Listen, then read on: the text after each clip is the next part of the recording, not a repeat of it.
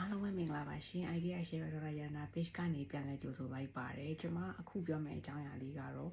ကလေးလေးတွေကိုကျမတို့ငယ်စဉ်ကလေးကဒီညဘက်တွေပဲဖြစ်ဖြစ်နေ့ဘက်တွေပဲဖြစ်ဖြစ်မိဘအုပ်ထိန်းသူတွေကနေပြီးတော့စာအုပ်လေးဖတ်ပြတဲ့အလေးကျင့်လေးတွေလုပ်တာကအလွန်ကောင်းတယ်ဆိုတာနဲ့ပတ်သက်ပြီးတော့ကျွန်မအမြဲတမ်းဆောင်းပါးရေးလည်းရေးပါတယ်ဗီဒီယိုတွေမှာလည်းပြောပါတယ်ပေါ့နော်အဲ့တော့အခုကကြတော့ဒီစာဖတ်ပြတဲ့အကြောင်းလေးတွေကိုကျမဖြည်းဖြည်းချင်းဗီဒီယိုလေးနဲ့ဘယ်လိုမျိုးလေးဆိုရင်ပို့ပြီးတော့effective ပေါ့နော်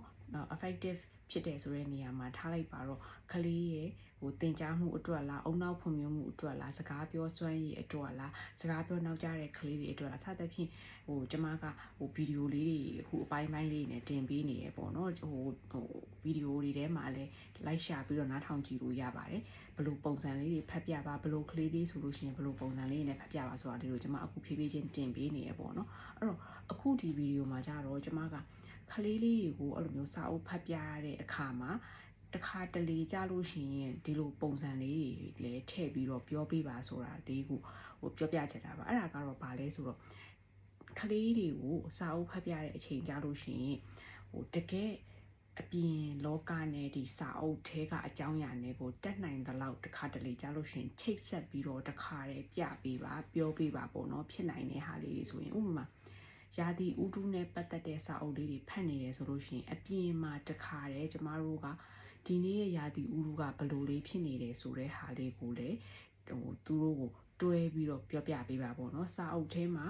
ဒီစာအုပ်ထဲမှာထားလိုက်ပါတော့ကျမတို့ Peppa Pig စာအုပ်ဖတ်တယ်ပဲထားအဲ့မှာဒီစာအုပ်ထဲမှာသူတို့ဒီ Peppa Pig စီနှင်းနေကြနေတာပဲဖြစ်ဖြစ်မိုးတွေရွာနေတာပဲဖြစ်ဖြစ်ဒါမျိုးလေးတွေပါလာတယ်ပေါ့နော်အဲ့ဒီအခါကြားလို့ရှိရင်ကျမတို့ကလည်းတခါတည်းဒီအပြင်မှာရောဒီမေမေတို့စီမှာရောဘလို့ဖြစ်နေလဲဘယ်လိုပြောမလဲနေပူနေပြီးပြီးရဲ့အခါကျတော့ဒီတိမ်ထူနေတယ်မိုးရွာနေတယ်ဒါမျိုးလေးတွေပါတခါတည်းတွဲပြီးပြပေးပြောပေးတာမျိုးလေးတွေလည်းလုပ်ကြည့်ပေါ့နော်ပြီးရဲ့ဟောနောက်တစ်ခုကကျတော့စာအုပ်ထဲမှာဒီလိုဘောလုံးအကြောင်းလေးပါတယ်ဆိုလို့ရှိရင်ကျမတို့ကတခါတည်းဘောလုံးလေးကိုယူပြီးတော့မေမေတို့စီမှာလည်းဘောလုံးလေးရှိတယ်ဘောလုံးကဘာရောင်လေးလဲစာအုပ်ထဲကဘောလုံးကဘာရောင်လေးလဲမမေဘောလုံးကဘာရောင်လေးလဲပြီးရဲ့အခါကျတော့ဘောလုံးလေးကိုတခါတည်းလှိမ့်ပြတာဒီလိုမျိုးလေးပစ်ပြတာပြန်ဖမ်းပြတာစသဖြင့်ပေါ့နော်ဒါမျိုးလေးတွေလုပ်ပြီးတော့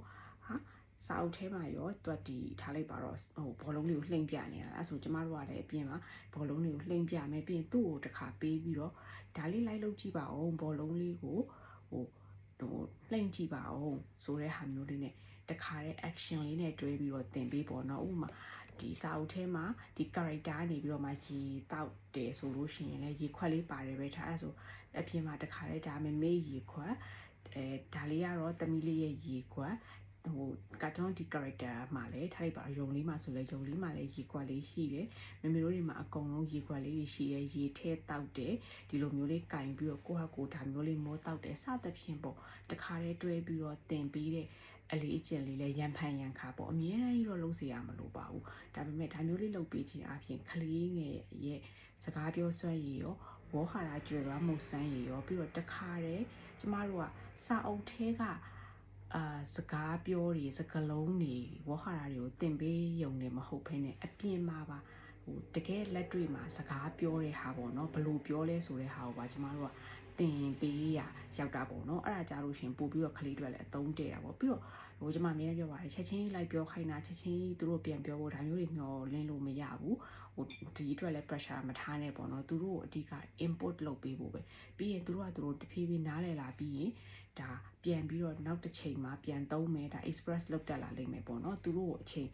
ခဏပေးလိုက်ဥမာဘောလုံးကြောင်းလေးဖတ်ပြရတယ်ဒီဘောလုံးလေးပြပေးပြောပေးရင်တခါလေးဘောလုံးလေးကိုလက်ထဲထည့်ပေးလိုက်ပြီးတော့သူတို့